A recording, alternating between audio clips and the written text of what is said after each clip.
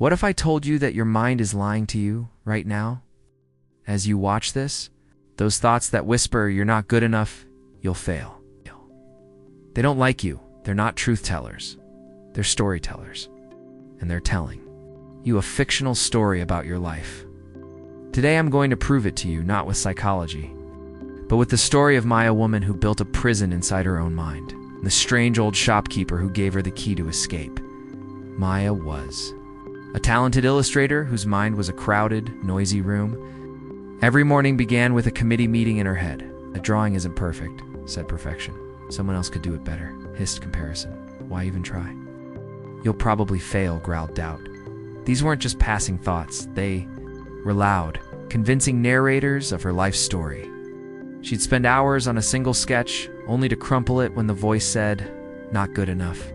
She'd decline invitations because anxiety whispered, "They don't really want you there."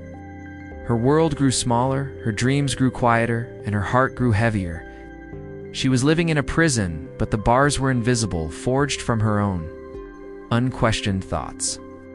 One rainy Tuesday, after deleting her entire portfolio in a moment of frustration, Maya wandered the city streets, feeling utterly lost.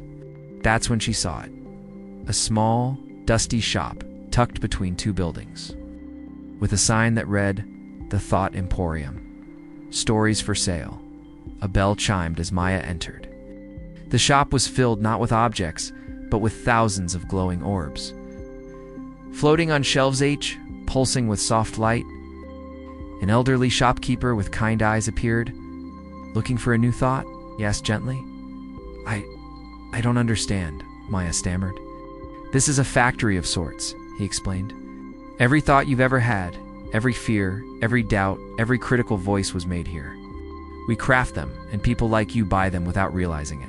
He gestured to a dark, spiky orb labeled, "I'm not talented enough." This is one of our best sellers. People cling to it like a favorite blanket, even though it scratches and hurts them.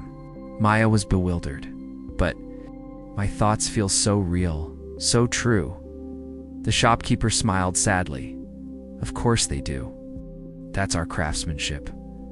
But come, let me show you something." He led her to a back room where thoughts were being manufactured. There, Maya saw something astonishing. Each negative thought began as a tiny, harmless seed, a single moment of criticism from a teacher long ago, a childhood embarrassment, a comparison someone else made.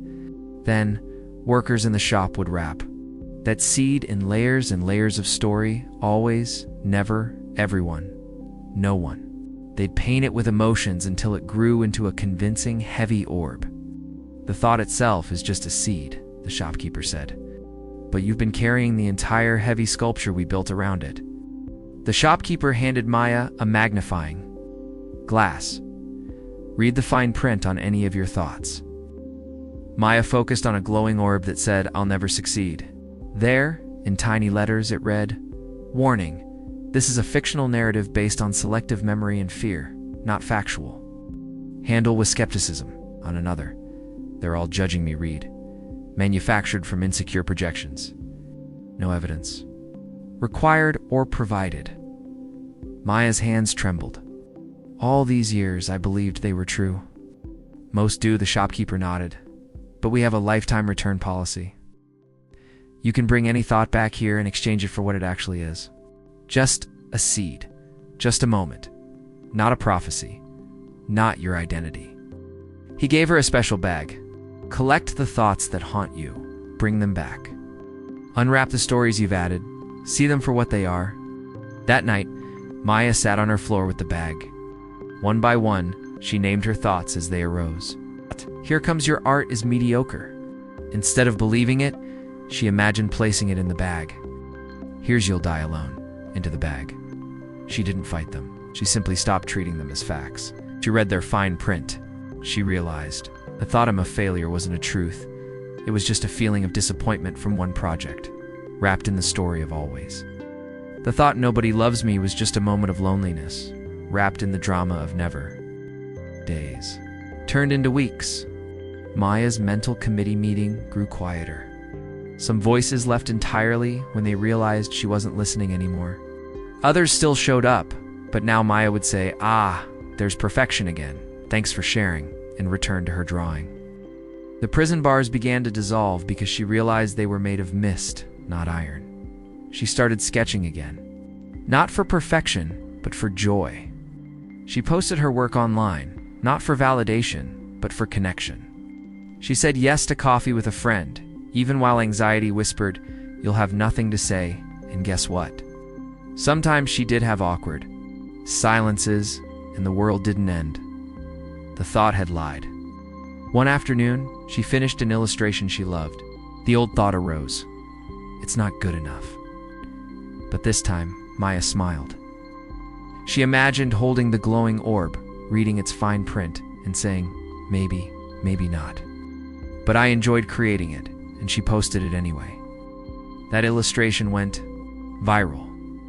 Not because it was perfect, but because it was human. It resonated with thousands who also heard similar voices in their heads. The moral isn't that negative thoughts disappear. They don't. The moral is this: a thought is just a sentence your mind generates. Believing it is a choice. Neuroscience proves this. There's a 2-second gap between a thought arising and you believing it. In that gap lies your freedom. You're negative. Thoughts feel true because you've repeated them, not because they're factual. They're convincing stories, not news reports. Maya's story proves that when you stop believing the fiction, you start living the truth of who you actually are. Not the thought, but the thinker observing the thought. Your assignment tonight is simple. For the next 24 hours, practice the return policy. When a negative thought arises, catch it. Ah, there's my "I'm lazy" thought. Label it. That's a story, not a fact. Return it. Imagine putting it in Maya's bag, or mentally say, "Thanks, but I'm not buying that today." Double quotes, do this just 5 times. Notice what happens. The thought might return, but your power not to believe it grows stronger. If this story showed you that you're not your thoughts, or the awareness behind them, then subscribe to AI Wisdom Tales. Every week we bring you animated stories that help you see through the illusions your mind creates. Because the most important story you'll ever change is the one you're telling yourself. Click the bell so you never miss a key to your mental freedom. Your mind has been telling you stories. It's time you became the editor.